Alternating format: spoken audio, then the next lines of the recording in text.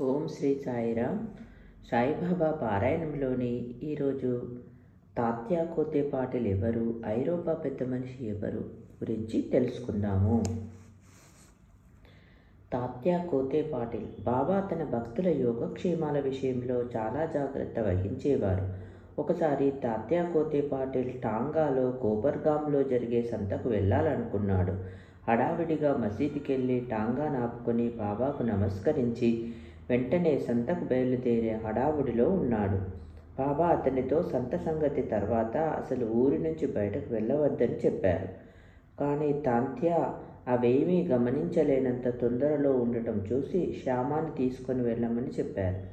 కానీ ప్రతి వారము మామూలుగా వెళ్ళే సంతకు శ్యామ అవసరమేముంటుందని తాత్యా శ్యామాని తీసుకోకుండానే బజారుకు గుర్రం బండి మీద బయలుదేరారు.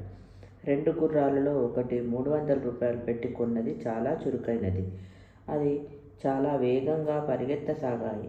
సాహుల్ బావి దగ్గర అనుకోకుండా గుర్రం కాలు తడబడి అది కూలబడిపోయింది. తాత్యా పడిపోయాడు. తాత్యాకు పెద్ద దెబ్బ తగలలేదు. కానీ తల్లి వలె హెచ్చరించిన బాబా ఆజ్ఞను కాదన్నందుకు వారి ప్రేమను తలుచుకొని చాలా బాధపడ్డాడు. ఇంకొకసారి కూడా తాత్యా ఈ విధంగా కొల్హాపూర్కు వెళ్ళడానికి కానాపు పూర్తి అనుమతి పొందకుండానే బాబా యొక్క పూర్తి అనుమతి పొందకుండానే వెళ్ళి టాంగా ప్రమాదానికి గురైనాడు. కానీ గండము గడిచింది. ఈ విధంగా బాబాగారి యొక్క ముందు మాటలు తాత్యాకు అర్థమైంది. ఐరోపా పెద్ద మనిషి. ఒకసారి బొంబాయిలోని ఐరోపా దేశస్థుడు ఏదో కోరికతో సాయి దర్శనానికి షిరిడీకి వచ్చాడు. తనతో నానాసాహెబ్ నుంచి శ్యామాకు ఒక పరిచయ ఉత్తరం తెచ్చాడు. ఒక గుడారం వేసుకొని అందులో సుఖమైన బస ఏర్పాటు చేసుకున్నాడు.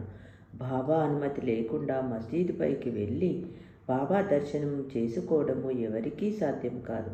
ఈ ఐరోపా పెద్ద మనిషి 3 సార్లు మసీద్ పైకి వెళ్ళాలని ప్రయత్నించాడు.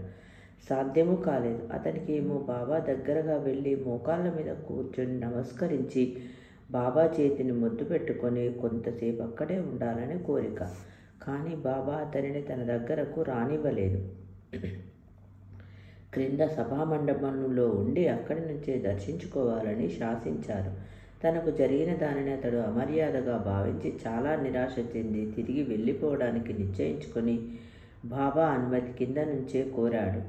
అయితే బాబా తొందరెందుకు, రేపు వెళ్ళమని చెప్పారు. కానీ అతడు ఇక అక్కడ నిల్వలేక వెళ్ళిపోవడానికి నిర్ణయించుకున్నాడు. సర్వము తెలిసిన బాబా వెళ్ళవద్దన్నారంటే దానిలో ఏదో ఒక అర్థం ఉంటుందని, బాబా అనుమతి లేకుండా ప్రయాణిస్తే ఎన్నో ఆటంకాలు ఎదుర్కోవలసి వస్తుందని అనేక మంది అతనికి నచ్చచెప్పారు. కానీ అతను ఎవ్వరి మాటను వినక బాబా అనుమతి లేకుండానే షిరిడీ నుంచి బయలుదేరాడు. కొంత దూరం వెళ్ళంగానే టాంగాకెదురుగా ఒక సైకిల్ వచ్చింది. హఠాత్తుగా బండి ఆగిపోవడంతో పట్టు తప్పి టాంగా దొర్లిపోయింది. అతను కింద పడి పడ్డాడు. ఫలితంగా గాయాలు మాన్పుకునేందుకు కోపర్గాం ఆసుపత్రిలో కొన్ని రోజులున్నాడు. ఒక్కసారి షిరిడీలో ఆగిపోవడం వల్ల అటు షిరిడీలోనూ ఇటు ముంబైలోనూ కాక మధ్యలో కోపర్గాంలో ఉండవలసినందుకు ఎంతో పశ్చాత్తాపపడ్డాడు. ఇక్కడ మనము గమనించవలసిన విషయం ఏమిటంటే, బాబా ఆజ్ఞను వినకపోవడం వల్ల వాళ్ళు నష్టాలు కావడం జరిగిందని అనుకోవడం సరైనది కాదు. జరగబోయే నష్టాన్ని బాబా ముందుగానే సూచించడము. ఈ సలహాను పాటించిన వారు అపాయం నుంచి తప్పించుకుంటారు, పాటించని వారు ఆ ప్రమాదం ఎదురవుతుందని అర్థం చేసుకోవాలి. ఇప్పుడు మింకర్ ఈ పైన చెప్పిన సిద్ధాంతాన్ని నిరూపించే ఒక చిన్న సంఘటనకు ఇప్పుడు తెలుసుకుందాము. సర్దార్ కాకాసాహెబ్ మిరీకర్ కొడుకు బాలాసాహెబ్ మిరీకర్ కోపర్గాం మామలతదారుగా ఉన్నాడు. అతడు ఒకసారి చితలీ గ్రామ పర్యటనకు వెళ్తూ దారిలో బాబాను చూడ్డానికి షిరిడీ వచ్చాడు. మసీదుకు వెళ్ళి బాబాకు నమస్కరించగా బాబా అతని యోగక్షేమాలు అడిగి తెలుసుకున్నారు. తర్వాత అతనితో బాబా ద్వారకామయ్య తెలుసునా అని అడిగి, అతనిప్పుడు కూర్చున్నదే ద్వారకామయ్య అని, ఎవరైతే ఆమె ఒడిలో కూర్చుంటారో వారిని అనేక కష్టాల నుంచి, అతురతల నుంచి ఆ తల్లి తప్పిస్తుందన్నారు. అంతేగాక ఈ మసీద్ తల్లి చాలా దయార్థకు ధైర్యాలని, ఆమె ఒడిని ఆశ్రయించిన వారి కష్టాలు తొలగిపోతాయని, ఆమె ఒడిని ఆశ్రయించిన వారికి ఆనందం కలుగుతుందని చెప్పారు. తర్వాత బాలాసాహెబ్కు ఊదీ ప్రసాదాన్ని ఇచ్చి అతని తలపై చెయ్యి వేసి ఆశీర్వదించారు.